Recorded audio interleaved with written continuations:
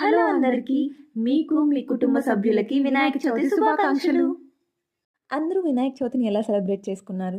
వినాయక స్వామిని మీరే చేశారా? లేదంటే తీసుకొని వచ్చి పెట్టారా? మేమైతే ఒక 4-5 ఇయర్స్ నుంచి మేమే చేస్తున్నాం అనమాట. ఈసారి వినాయక స్వామిని నేనే చేశాను.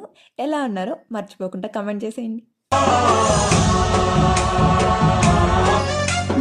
गणनायकाय गणदैवताय गणाध्यक्षाय धीमहि गुणशरीराय गुणमण्डिताय गुणेशानाय धीमहि गुणातीताय गुणाधीशाय गुणप्रविष्टाय धीमहि एकदन्ताय वक्रतुण्डाय गौरीतनयाय धीमहि गजेशानाय भालचन्द्राय श्रीगणेशाय धीमहि